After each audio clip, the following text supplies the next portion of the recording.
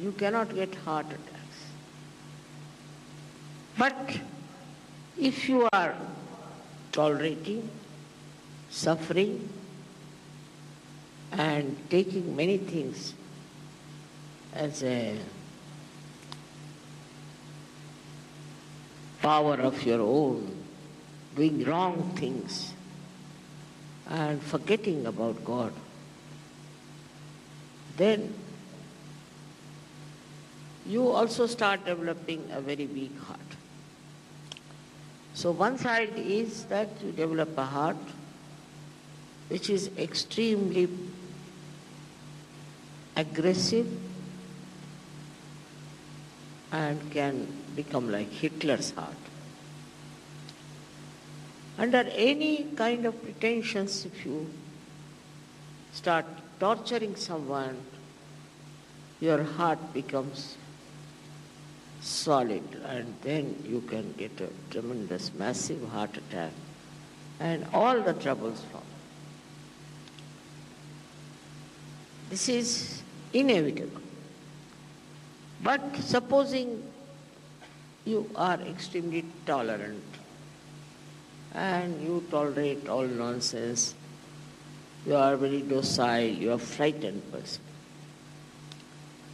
If you are frightened and because of fright you do that, you can develop another kind of a heart we call as angina, where the blood supply is less and ultimately you develop a kind of a guilt and you lead a very mediocre life. So this second thing also is very visible among people who think they are very, very tolerant. I am saying that tolerance is all right because of spirituality, but not because you are frightened and you are afraid of something. If you are a Sahajogi, you have no business to be afraid of anything. But he gives us the great heights of Himalaya. He makes human beings extremely beautiful, very noble. And he wants that people should love each other. There should be pure love among human beings. And also, he makes you very delicately behaving towards other people, very sweetly behaving towards others. If you don't have that, then you are going in the wrong direction. But his greatest thing is that he gives you the height and the depth. If you are worshipping him, then you develop such heights that you see the whole world as a witness. He sees the whole world as a Sakshi Swarupa, as a witness. And so, he is the knowledge. He is the pure knowledge. You may get your realization, all right? You might feel cool breeze in your hands, all right? But, do you have the knowledge? I have to tell you. What finger means what hand means what is vibrations, I have to tell. He is that knowledge. He is the pure knowledge, complete knowledge of the highest level. So he is the source of knowledge. Those people who are not humble cannot get that knowledge. Those people who are arrogant and who do not handle others delicately, sweetly, beautifully, are not blessed by. They cannot achieve anything in life. What do we have to achieve? Not your position, not your wealth, not all these outward things, but you have to achieve a loving heart with which you can love. If there is Shiva in your heart, you will love everyone in a very beautiful manner. There won't be any nonsensical ideas about love. Just pure love for all the people is the blessing. Then all your harshness goes away. So you should understand that in the name of God you have to love. You have to understand. You need not tolerate nonsense, it's different. But you have to love people, spread your love. Gradually this love can go all over the world. And then the vision of mine I can see working out. If they are very money-oriented, materialistic people, they are not loving them. They love you only for money. All such people will be destroyed, no doubt. One should be not only humble, but should be extremely loving. To get the blessings of Shiva, you have to be extremely loving. Such people may not be very cunning, clever, may be very innocent. Must be. Because when you love somebody, you want to help that person. And I don't know how to express, but one has to understand as yogis that with Shiva's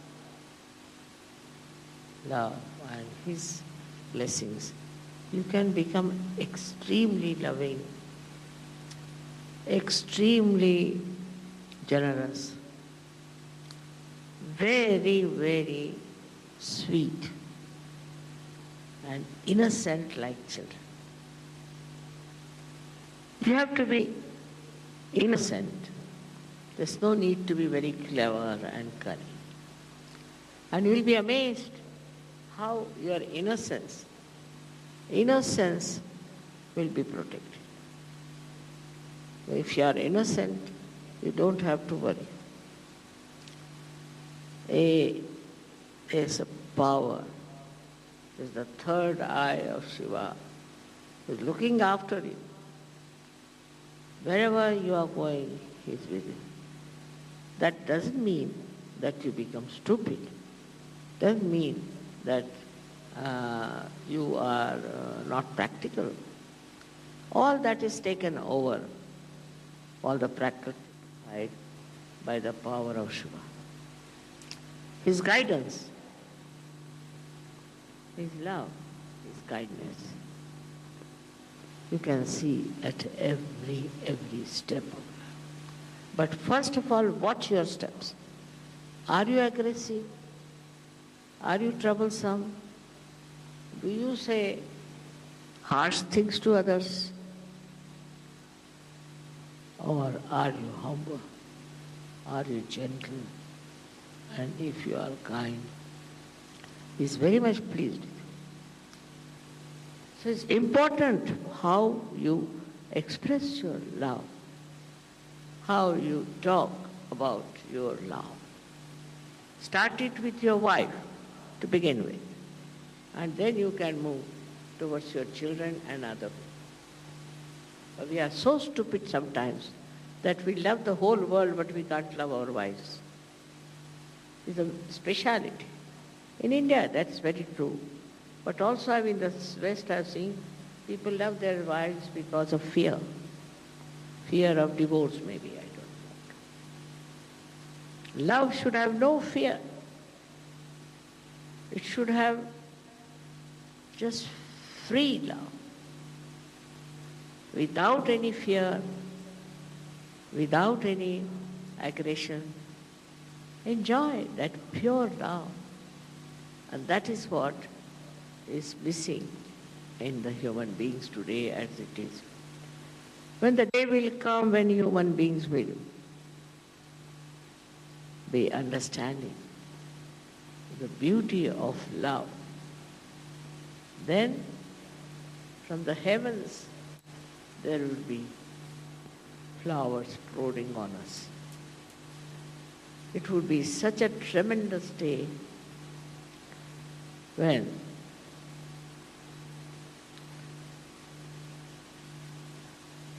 Mahadeva will be able to close his third eye and would be peaceful in his heart. It's my vision.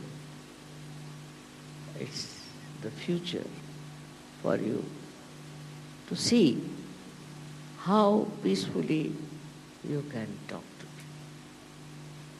how sweetly you can love others,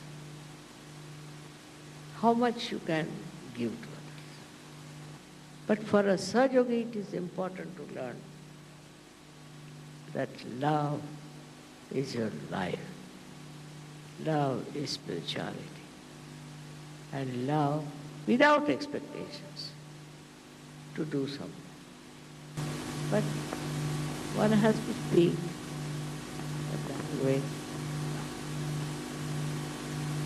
See animals. See if you have a horse, if you have a dog. All these animals, they understand your love. How they stick to you, how they express their love. They're very sweet. And this we have to learn from them now, I think. Otherwise, I don't know how to make them understand the value of love. It is not that the way people are criticizing, that we are not practical, that we have not achieved much money or power or something. That's not important. Because there are many like that selling in the market. But we are different. We are the jewels of humanity. And we have to be like that, shiny. Cutting out all the wrong things within us as a diamond is cut to look something very, very great. My only, if I have any, desire is that try to follow the qualities of Sri Mahadeva. How great he is, how detached he is. Detached, absolutely detached. We just are bothered about ourselves. Like we'll ask, how are you? Mother, I've got a headache, I've got a stomach trouble, I have another trouble, everything is there. But another one would say, I'm all right. So what's the matter? Put the world right, Mama. Mother, why don't you put the world right? He's worried about others, not about himself. And in that understanding of what one should do, to make this world happy, beautiful, for that one has to really work hard, so-called. And in that working, one thinks, isn't it our duty to make this world beautiful? Isn't it our job to make this world rhythmic, rhyming with the spirit. It's our duty. We have to do it.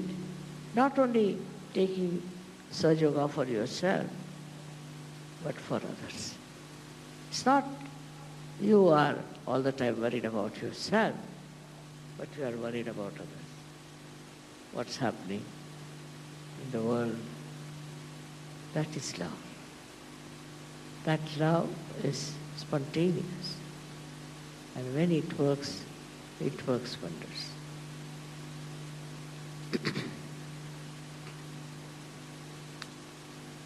So this is a beautiful evening where we are worshipping such a great source of our ascent. And I hope you people will understand how far are you with that force, how much are you drenched in that force, in that rhythm of Shiva, who in his rhythmic way gives you vibrations. Vibrations flow in a wavy way, and that wave should engulf you completely, and you should be lost in that. Your I-ness should be dissolved in that. This is I bless you. Thank you.